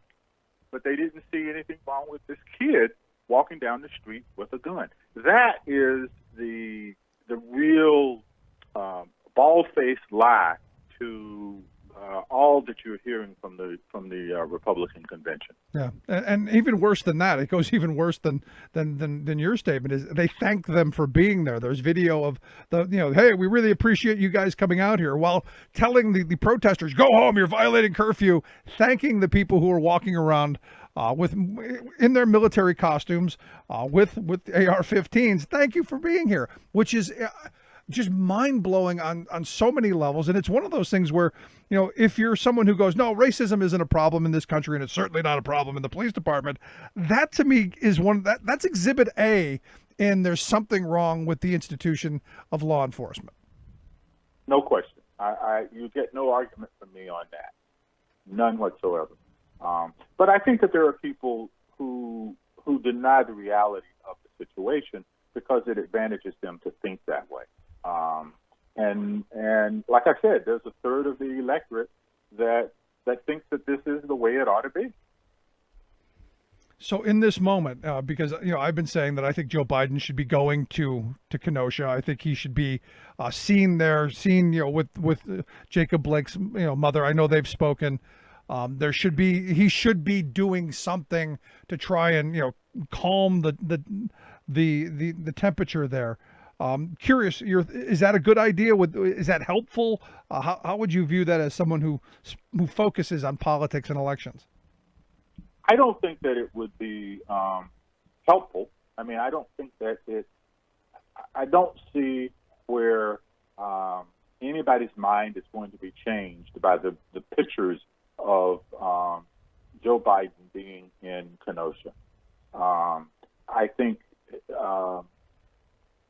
there is a degree of performative theater that our elections have already succumbed to too much, and I think that, for me, that would be probably something that would not strike anyone who is undecided in the most positive way. Right.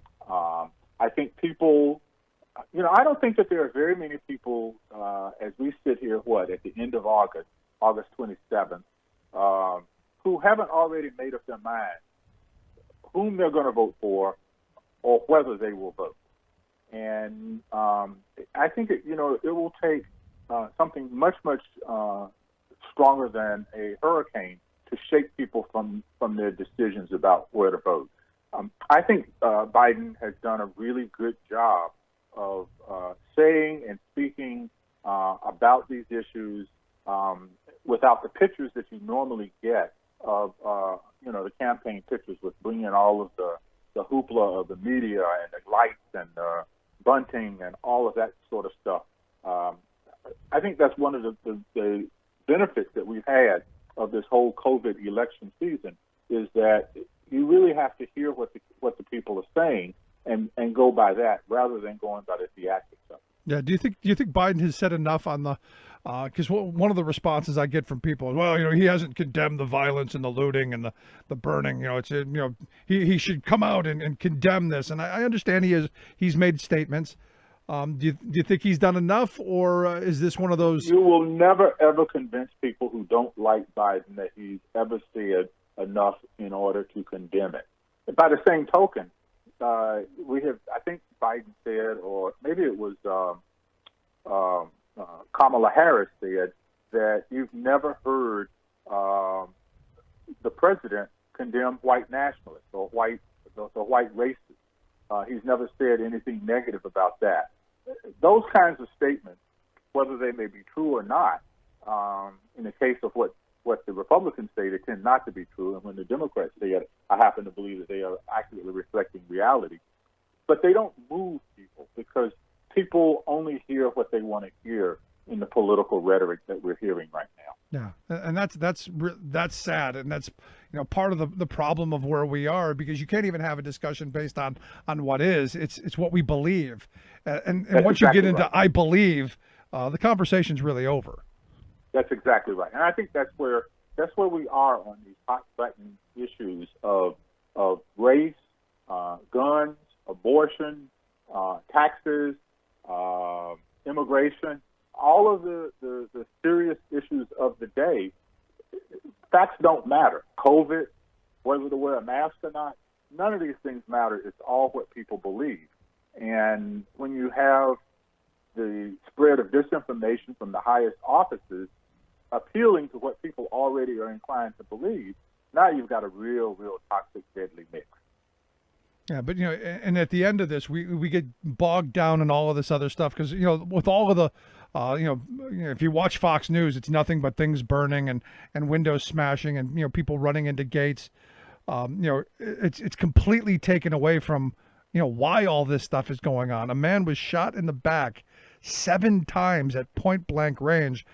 And I don't care what the reason for the police being there. I don't care if he struggled with them on the other side of the car.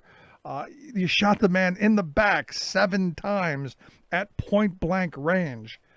I think that one of the things that's happened that has broken through the confusion on this was the stand of the professional athletes, particularly the basketball players. They were able to refocus the conversation away from the violence and more toward the police brutality. And by refusing to play or not playing, and by stating why they were not doing it, it became inescapable about what they were making a statement about. Right. There's no confusion about what they are saying, which is interesting because 4 years ago, they lost the narrative of what they were doing because the president shouted down Colin Kaepernick. But this time, I think they were savvy enough to be able to say, look, this is what we're doing. This is why we're doing it.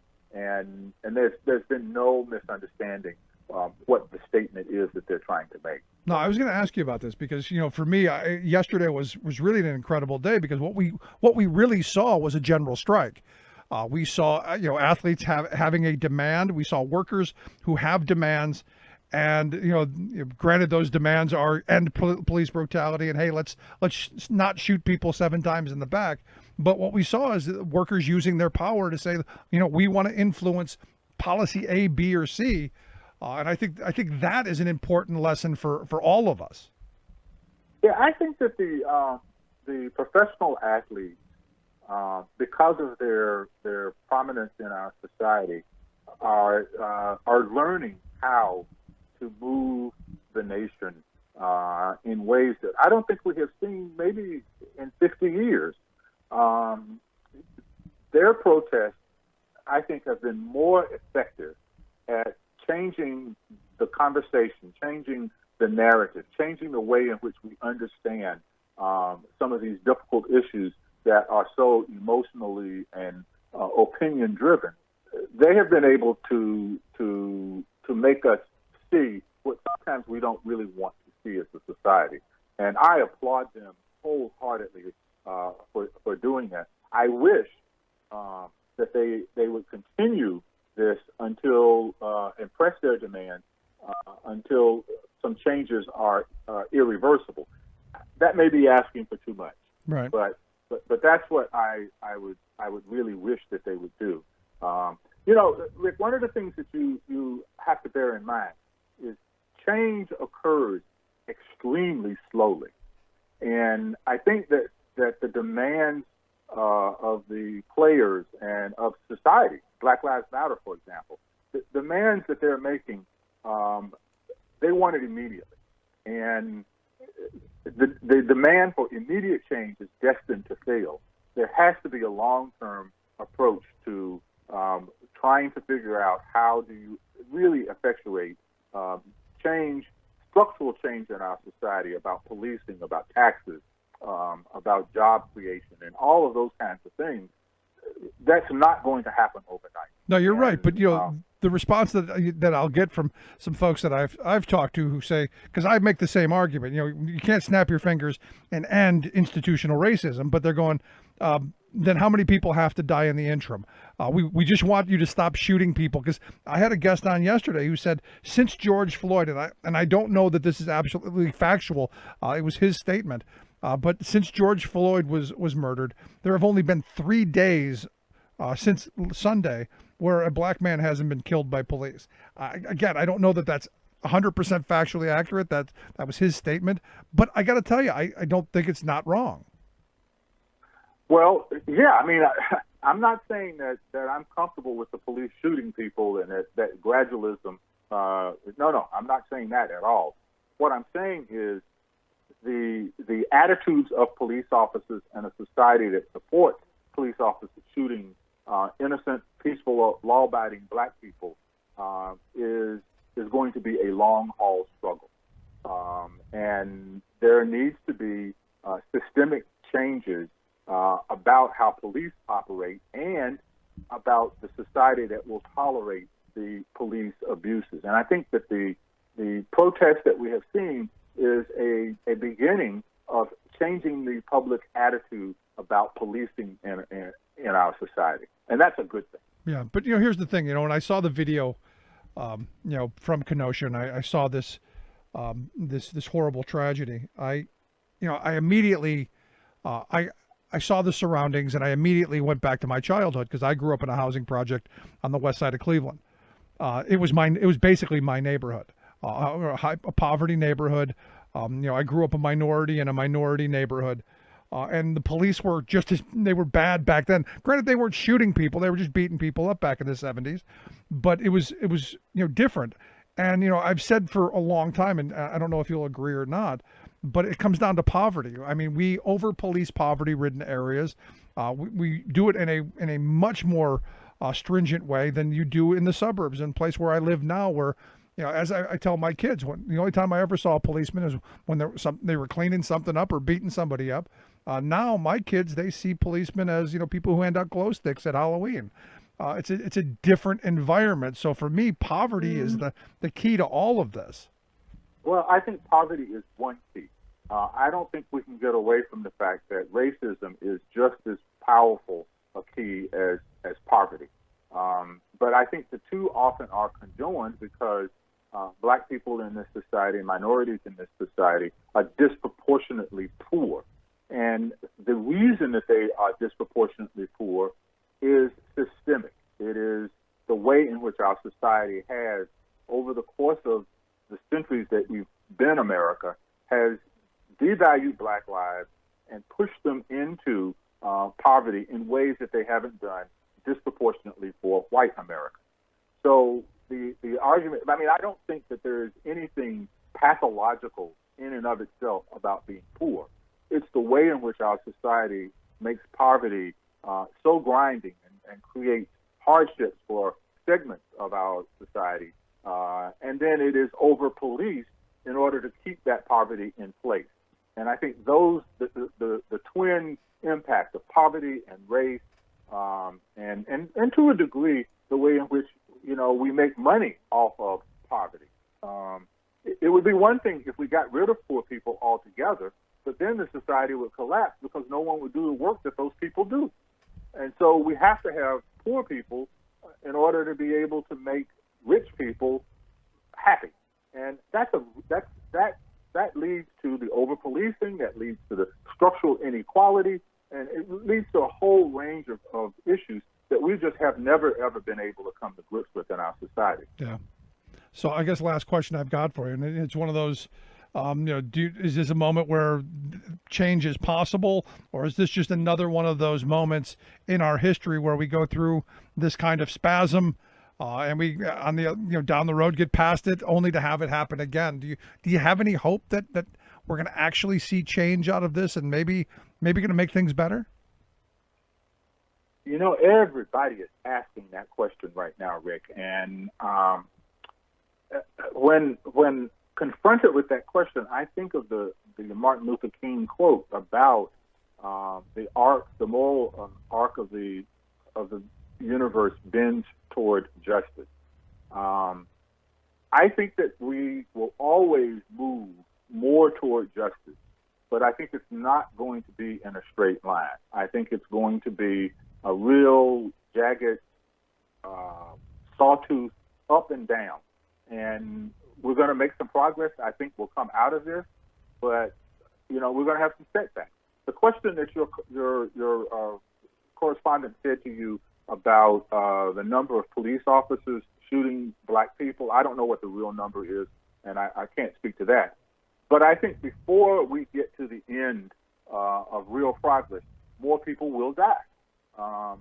The police have not stopped their bad behavior, and but I think we are moving in a direction that's going to be better, where less people in the future will be suffering from these kinds of hardships than what we're going through now. This is a bad moment, and it takes bad moments to get to better moments. And hopefully over time, we'll get to even better moments and have to suffer fewer bad moments. No, but I think you're spot on in that, nothing's going to happen overnight, that this is going to be something that is going to take, it took us all these years to get here. It's going to take a lot of work to go forward. My fear is that we've got, as Joe Biden said, we've got a guy in the White House who I believe is rooting for more violence and rooting for, the kind of insanity we saw on Tuesday night, where a 17-year-old kid with a gun shoots and kills 2 people in the street. It's just a bad moment in our history.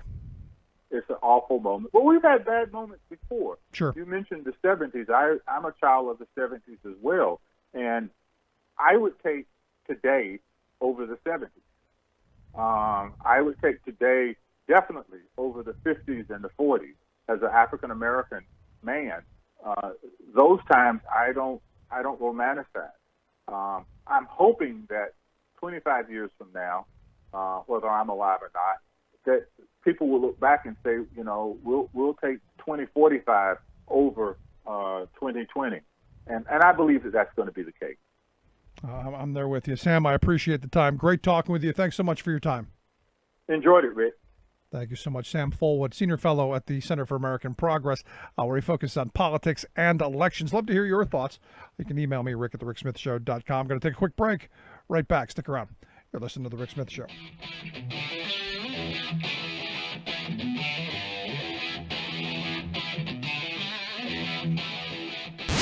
Saving work in America, one show at a time.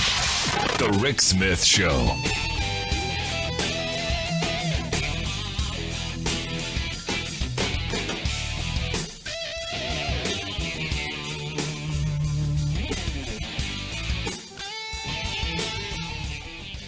I'm Rick Smith, and this is Labor History in 2.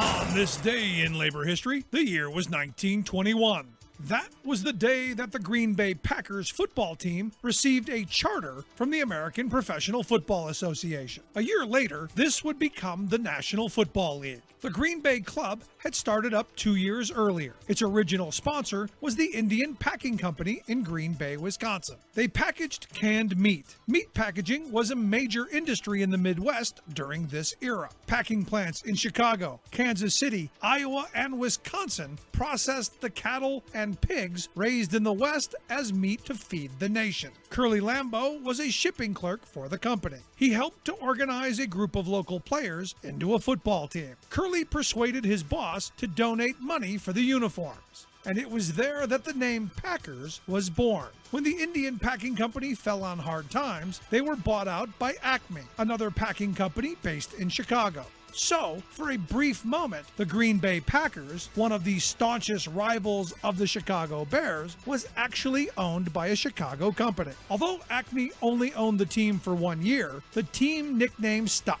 Lambeau was able to buy the team back. He went on to become the Packers coach, leading them to 6 championships. The Green Bay Packers are not the only American sports franchise that's name harkens back to a particular kind of labor. Another Wisconsin team, the Milwaukee Brewers baseball team, is a reference to that city's proud beer brewing tradition. In Big Ten sports, the Purdue Boilermakers and Nebraska Cornhuskers take to the gridiron each week with names that reflect the working traditions of the cities where the teams play ball. Labor History in 2 brought to you by the Illinois Labor History Society and The Rick Smith Show. For more information, go to laborhistoryin2.com, like us on Facebook, and follow us on the Twitters at Labor History in 2.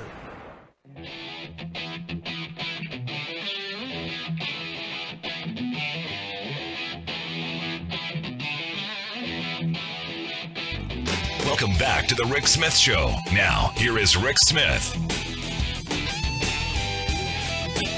So as I said with Sam, one of the things that I thought was really incredible yesterday was, the NBA, Major League Baseball, the WNBA, they all said, nope, not working. We're taking this moment. We're striking, basically. I mean, it was a wildcat strike is what you saw. We're not working. And in the NBA, it's during the playoffs. I mean, this is one of those moments where, you could use other words. Oh, they postponed, or they, suspended, or, they struck. This was a general strike moment. And for me as a labor person, who, said, this is how you affect change. Because workers have only, really one power. They have the power to fold their arms. They have the power to put their hands in their pockets and say, no, we're not working. We're doing nothing until we have our demands met. And this is what they did. And really in an incredible fashion, in my view. And it should be a lesson for all working people. Because look, I fear we're moving, and I know everyone likes to think that, the RNC convention's reality and that, the virus is over, because, they didn't mention, I don't think anyone mentioned the word corona or COVID or virus on night 3 of the convention at all. I mean, they're past it. Their mind is, we're on the other side. We're going back to, the way things used to be. And I've been saying it's going to be the workers who are going to suffer this. The teachers who are going to be, forced to go back into the classrooms. Are you going to see teachers across this country say no and then do the only thing that they have in their arsenal to do, and that is strike? Are you going to see workers, when the numbers start ticking back up, and we know that they're probably going to, are you going to see people saying, no, we're not going to put ourselves and our families in danger? Is this that moment where, because it's life or death? Is this that moment? Now, we didn't see it during the pandemic, during the last bit of the pandemic, because, we were still hoping, well, we can, we can keep people safe with plastic. Are we going to see it in the next wave of people saying, no, we're just not going to put ourselves in harm's way? And then to take it to the next step, once you get past the it's life or death, then it becomes about life. It comes about, am I going to be able to support my kids? Am I going to be able to get, health insurance? Am I going to be able to have some retirement security? Go down the list. I talk about this often. My grandparents' generation, the quote unquote greatest generation, they fought fascism. They saved the world from, a fascist dictator and an ideology of authoritarian rule, spreading democracy around the globe if you need the jingoism that comes with it. And then they came home and they fought for democracy in the workplace. They fought for living wages. They fought for health security. They fought for retirement security. They fought for safety on the job. And my grandparents, think about my grandfather, who was on strike a lot. That's what they had to do. That was the tool that they understood that would do the things and get them the things that they needed. And they did it. They used it. The only tool workers have, the power to say no, to fold your arms and march your feet. And we've been trained not to do that. We've been trained to take into consideration the owner class. We've been trained because, there might be a small business somewhere. We've been trained to believe those things. And, I'll tell you, I'm happy as can be with these players who said, you know what? We're going to take a stand, a solid stand on something. And business be damned, the owners be damned, all of this be damned. We're not going to do it. Now, as I understand, they've agreed to go back. They are finalizing an action plan. Their action plan to address racial issues, and I think maybe this is maybe it's going to be athletes and people who throw baseballs and shoot basketballs and that, who are going to lead the policy changes that this country is going to need, where our legislators have not, where the people that we put into halls of Congress have completely failed us.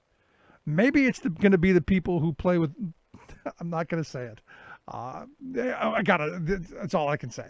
Who go out and play with balls in public, who are going to be the ones who effectuate change, are going to be the ones who push us in a direction to solve these problems, where our elected leaders, the statesmen in our halls of power, have failed time and time again. And in many cases, especially during the Trump administration, have actually made it worse and stoked the flames even worse.